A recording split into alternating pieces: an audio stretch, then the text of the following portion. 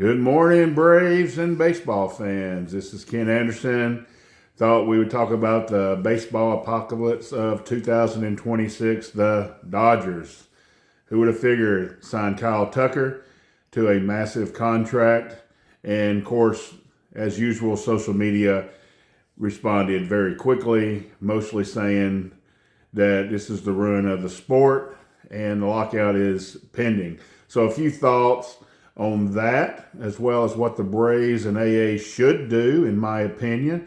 And as well, at the end of this video, I will put out the slight rumor that we heard yesterday, one that would probably fit for the Braves and would be a good fit. As far as Kyle Tucker going to the Dodgers, yeah, you don't blame them. They can do it between the parameters of the sport. They are the richest team in the sport, and they're going for a dynasty while they can, and that, kudos. For the rest of the league, it's tough. And does this mean an impending lockout's coming at the end of this year? It most likely does.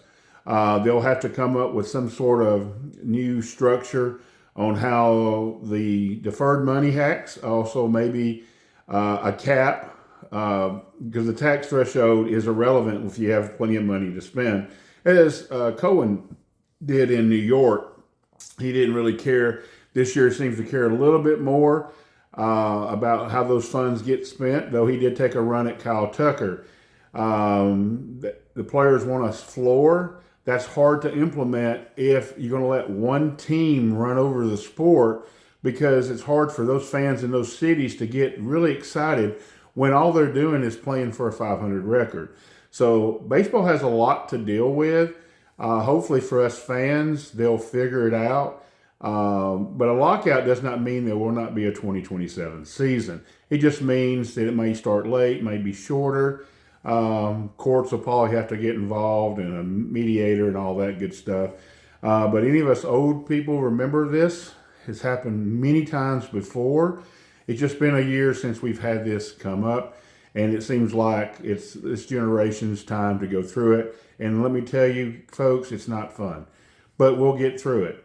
As far as how the Braves should react to this, I'm a different opinion. I think with the impending lockout coming, that you have to really look at your team and say, okay, how do we sit? Well, if you look at the National League East, forget about everybody else right now. Look at the National League East. Right now, the Marlins have really sold off. They're like a young team that's going to just kind of get through this, and they financially make sense. The Nationals have a really good young core, and they're probably going to be a team that's just trying to get to 500 as well. So you look at the Mets, and the Mets have really had a weird offseason. I think they're going to be scrambling, and some of the big guns I don't think are still going to go there. The Mets could take a step back this year, which I don't think Cohen and Stearns really care about too much. They've seen the other teams that have took a step back for a year or two, and it's worked for them. And Cohen at any point can spend the money, so he knows this. So as far as the Phillies are the most interesting team to me in all of MLB, because, yeah, they went out and got Schwarber, which they had to. And other than that, they're in a spot that they really do need to sign somebody. And in desperation, they may sign Bo Bichette, who is not really a great fit for them. But they're trying to find something to compete, because the one thing that everybody realizes is the Atlanta Braves have made a team better. And I know the health thing comes up, and you got to worry about that. And yes, you have to prepare for that. But he's kind of done that with a lot of guys who can move around the field and do different things. And knock on wood, this will be a year that we do get through healthy. And Michael Harris finally hits the form that we all know he's very capable of. Michael knows this. He's just as frustrated as you. You think you're frustrated when he's up there struggling last year, the first year. Nobody's more frustrated than Michael. And he'll have many reasons to jump out and have a great year. Austin Riley's coming back, and I don't think there'll be a more motivated player in baseball, because anybody doesn't think he's a top 100 player in the game doesn't realize how good Austin Riley is. And maybe he's not now from the fact the way his last 2 years have been injury-wise, but he'll be out to prove something. As far as the rotation, we do have pitchers. Yes, there are concerns with some health with some of our pitchers, yes. And we'll have to maybe address that eventually. Our bullpen is going to be really strong. Be one of the better bullpens in the league. With that said, the Braves are going to be the favorites unless the Phillies just somehow come in at the last second and be the favorites to win the National League East. So as a favorite to get into the playoffs and win the National League East, this is what I think Alex should do. He should do nothing. He should do nothing. And he should just stand pat with this roster for right now and let's see while the waters churn. We have a team that will make the playoffs. Yes, we can use another starter. Yes, we could probably use another bat and all that good stuff. Everybody wants to have the juggernaut the Dodgers do. But why spend the money? The way I feel, and I'm going to sell it here, they're going to be teams more in a trade mode than we've ever seen them at the trade deadline. Because the fact of the matter is with the impending lockout coming, teams are going to be looking to shed payroll, get off. At that point, Alex only has to pay the prorated part. So he can pick up somebody. So say somebody like Joe Ryan, just for instance. Why go trade and get Joe Ryan right now from Minnesota when you know Minnesota is going to fall out of the race, and then Joe Ryan becomes way cheaper and because they're going to be trying to dump payroll. Now, that not necessarily means they're going 100%, but that's just an example of what you may get. And also you can see where you're hurt and pick up people. And the Braves will have the money and be able to do this. So this is the reason why I think he has slowed down. I know he talked. Everybody wants to go back to an interview he's had before the offseason about he wanted to pick up a premier starter. But he did not know that Grant Holmes and Reynaldo Lopez were going to come through the winter right now and look like they're going to be ready. And a lot of people don't like that. And me, for one, I prefer maybe a different option. But they both have pitched well. They have proven they're good starters. And the Braves right now have a starting rotation so much that Hurston Walker, who pitched so well down the stretch, will have to maybe go to AAA this year, which is amazing.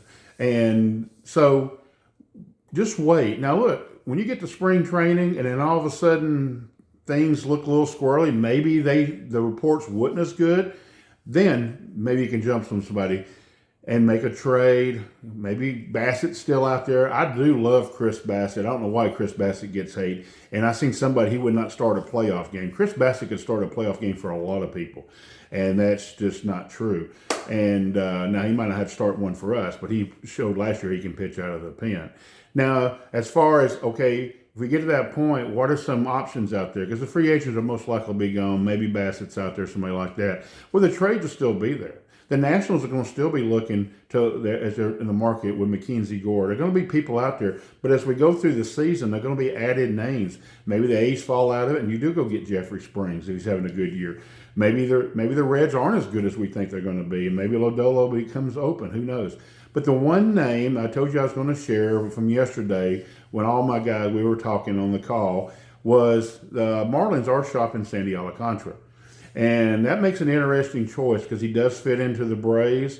And what we hear is every team has checked in that would be considered a contender. So that would line up with the Braves. Now, of course, Alex is not going to leak those kind of things, but I'm sure he has done his due diligence.